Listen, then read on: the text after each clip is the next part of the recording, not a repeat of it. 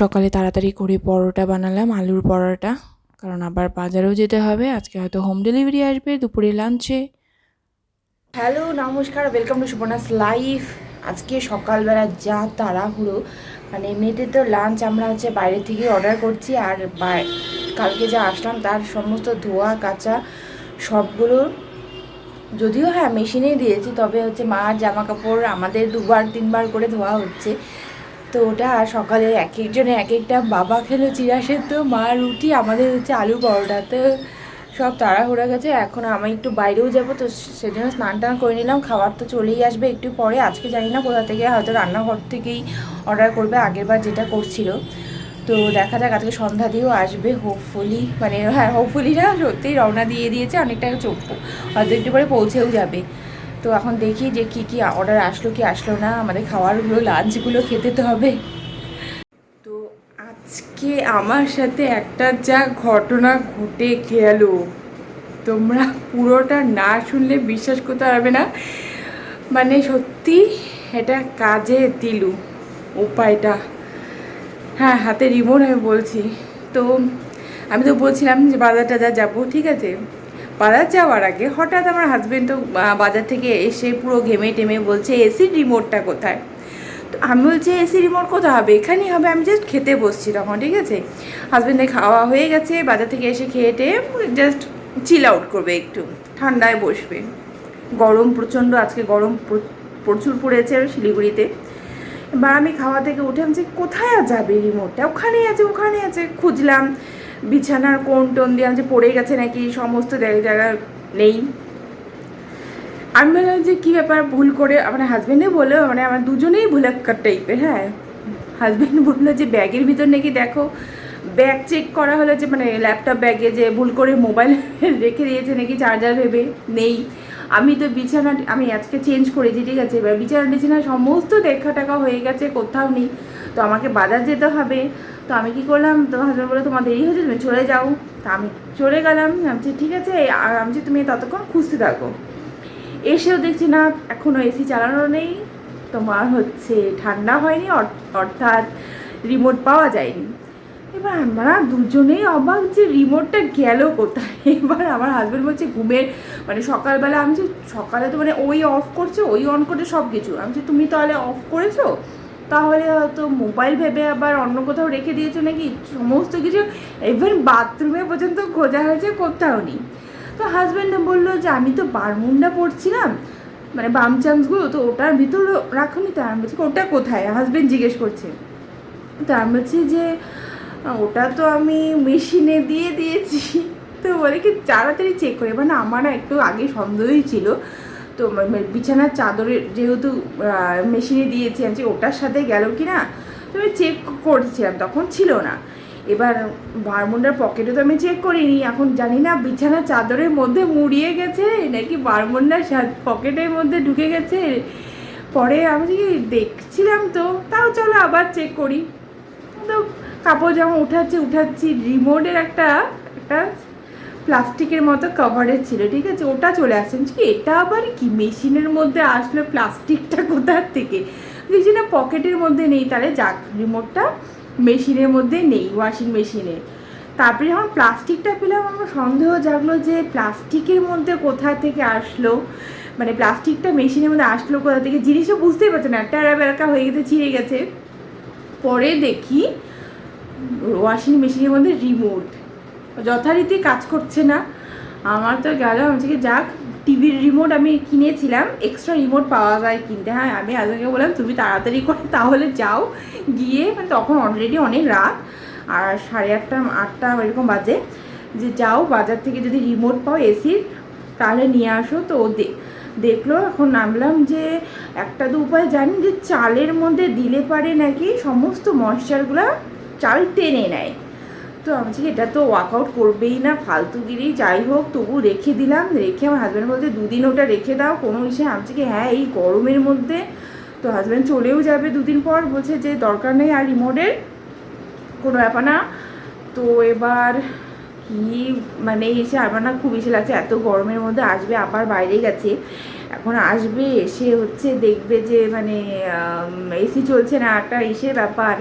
এবার ভুলটা এখন কার, আমার না ওর মনে হচ্ছে, কারণ আমি মেশিনটা চালিয়েছি, আমার যেই হোক পকেট হোক যেইটাই হোক দেখা উচিত ছিল। এবার এখন হচ্ছে কি জাস্ট লাস্টে একটু দেখে নেই তো যে পাওয়া যাচ্ছে কি, মানে ঠিকঠাক আছে কি না। তো তখন হাজব্যান্ড বলে কি না তুমি কিন্তু ব্যাটারিগুলো আলাদা করে, ব্যাটারি কিন্তু লাগাবে না, শর্ট হয়ে যাবে। তো হচ্ছে আমি কী করলাম, তাও ভাবলাম যে না অনেকক্ষণ তো হয়ে গেছে, একটু ব্যাটারিটা লাগিয়ে দেখি চলছে। কি যে আনন্দ হচ্ছে কি বলবো, এই গরমের মধ্যে এসি থাকলেও এসির রিমোট যদি না থাকতো কি মুশকিল হতো বলো তো। যাই হোক কাজ হচ্ছে, এখন আমি এসি চালিয়েও দিয়েছি, এদিকে দেখা যাচ্ছে কি বোঝা যাচ্ছে না। যাই হোক এসি চালিয়ে দিয়েছি, আরাম এখন একটু। তাদেরকে জানাইনি, আসলে পরে ঘরটা যখন ঠান্ডা পাবে তখন আপনি বুঝে যাবে। কাণ্ড হলো। তবে হ্যাঁ এই জিনিসটা যে কাজ করে এটা আমি মানে প্রথম এক্সপেরিমেন্ট হলো আমার, যে চালের মধ্যে দিয়ে আমি শুনেছিলাম যে মোবাইল জলে পড়ে গেলে চালের মধ্যে দিলে নাকি ঠিক হয়ে যায়। তো আজকে আমি সত্যিকারের এটা ব্যাটারিগুলো খুলে আমি সমস্ত কিছু চালের মধ্যে দিয়ে রেখেছিলাম। এবার সন্ধ্যাদি ভাত বানাতে যাবে, আমি বললাম কি সন্ধ্যাদি তো চলে এসেছে, সন্ধ্যাদি যে ওই চাল কিন্তু মানে দুটো, এটা আমি আতপ চালের মধ্যে দিয়েছিলাম, দু রকমের চাল ছিল। তো আতপ চালে এবার কি সেদ্ধ ভাত খাবো, এবার বলে কি যে আতপ চাল, আমি বললাম যে আতপ চালটা আমার ভুল করে ওই রিমোট শুদ্ধ নিয়ে নিলে তো মুশকিল হয়ে যেত, আমি বলে দিলাম যে ওই চাল কিন্তু নিও না। তো যাই হোক এখন কাজ দিচ্ছে, এখন এটাই আরাম। উফ।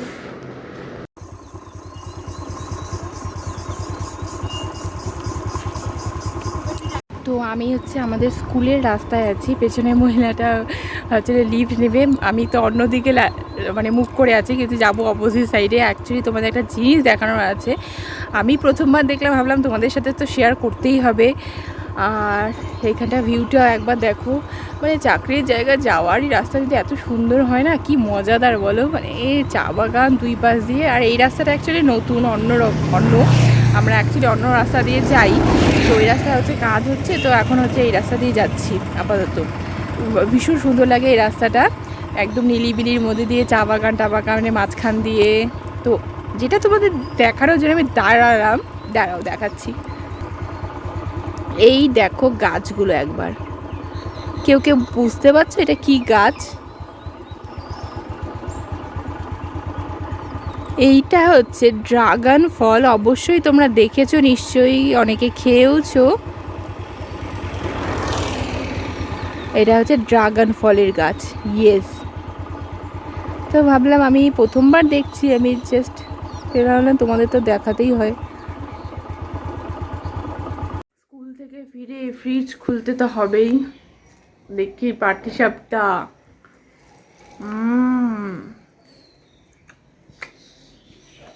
অনেকদিন হয়ে গেছে, যাই ভাবতো টেস্ট কতদিন পর, অনেকদিন পর বাড়ি আসলাম, দারুণ টেস্ট। আর একটা জিনিসও আছে, এটা হচ্ছে হোমমেড চকলেটস। তো এক এক করে খেতে হবে তাই না, পাটিসাপটাটা শেষ করি তারপরে এটা খাবো। আজকে স্কুল তো পুরো ফাঁকা ফাঁকাই, স্টুডেন্ট একটু কম, বাইরে একটু আসছে, চিল্লাচ্ছিল বাইরে কেটে দিয়ে। যাই হোক, তো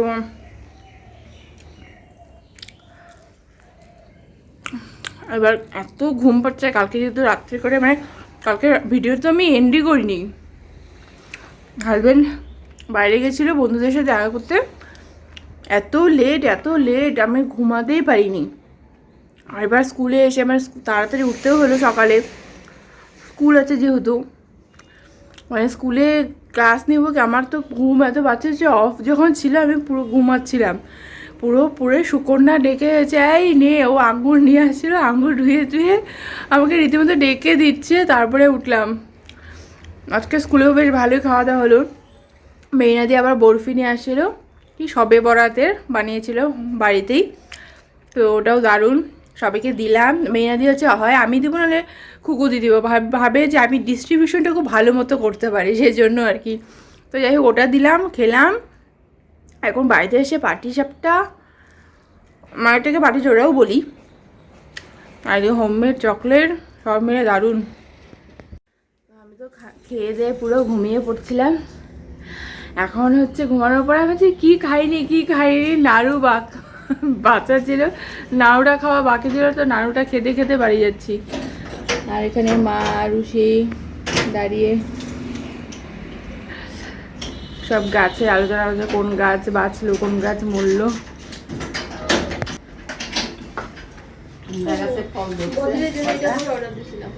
এটা কি বড়দের গিফট? ইডলি মেকার।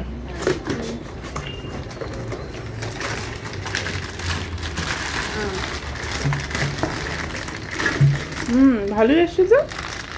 ও পরে তুইও দিচ্ছি বলিস না হিসেবে। কি ভালোই হয়েছে না? প্রেস্টিজে এখানে তো অন্য কিছু ইসে করা যায় তো। দারুণ ভালোই হয়েছে। এর মধ্যে দিবে প্লাগটা লাগিয়ে দিবে, হয়ে যাবে। ও প্লাগ না, প্রেসার কুকার টাইপের। যাই হোক ভালোই হয়েছে। এখানে আমি কয়েকটা আবার ফুল নিয়ে যাচ্ছি বাড়ির জন্য। এখনো হচ্ছে যেহেতু মা জল দেয়, এখনো অনেক গাছে ফুল আছেই। দেখো কিন্তু না, ইঁদুরের মাটির জন্য দেখো এই গাছগুলো আবার মরে গেছে। এত ইঁদুরের মাটি, ইঁদুর উঠাচ্ছে প্রচুর, মানে গোটা মাঠটা জুড়ে একদম ইঁদুরের বাসা হয়ে গেছে, জঙ্গলও হয়ে গেছে। এরপরে আমি শিলিগুড়ি চলে এসেছি আর হাজবেন্ডের সাথে এসেই হচ্ছে নেতাজি কেবিন বলে যে জায়গা আছে, সেখানটায় হচ্ছে আমরা বসে আছি। ও বন্ধুর সাথে দেখা করবে, আমরা অন্য কাজেও এসেছি, আমি তো ভাবলাম যে ওর বন্ধুর সাথেও দেখাও করে নিক। তো এই হচ্ছে এক বন্ধু, মানে অনেকজনই আসার কথা, এক এক করে আসবে আর কি। বিয়ে, হ্যাঁ হ্যাঁ হ্যাঁ, ও হচ্ছে প্রসঞ্জিৎ। আর এই হচ্ছে আমাদের কফি চলে আসছে। তো এখন হচ্ছে বাজার থেকেও চলে আসলাম, মানে কফি টফি খেয়ে নেতাজি কেবিনে বসছিলাম। এবার তারপরে হচ্ছে হাজবেন্ডের সমস্ত স্কুল ফ্রেন্ডসরা আসছে, একসাথে সব গল্প হচ্ছে। তো আমি ভাবলাম যে আমি ওখানে কি করব, আর শুধু আমি একমাত্র ওখানে হচ্ছে লেডিস ছিলাম, বাদবাকি সব ওরা সব বন্ধুরা জেন্টসরা। তো এতক্ষণ তো তাও হচ্ছে কল্যাণদার ভাইয়ের সাথে বোমবাজে ওর সাথে গল্প করছিলাম। এবার হচ্ছে তারপরে আর কতক্ষণ থাকবো, 10টা অলরেডি বেজে গেছে রাত। তাদের বলে তুমি তাহলে চলে যাও, তো আমি তো চলে আসলাম, মুম্বাই দিয়ে গেল। তো এখন ওরা এখনও গল্প করছে, আড্ডা মারছে, যে কত রাতে হবে জানি না আজকেও, আর অনেক দিন পর আমাদেরও হয় এটা। তো যাই হোক আজকে ব্লগটা আমি এখানে এন্ড করবো। যদি ভালো লাগে একটু লাইক করে দিও, খারাপ লাগলে ডিসলাইক করে দিও। ডিসলাইকের কারণটা অবশ্যই কমেন্ট বক্সে জানিও, যাতে আমি আমার ভিডিও আরও ইমপ্রুভ করতে পারি।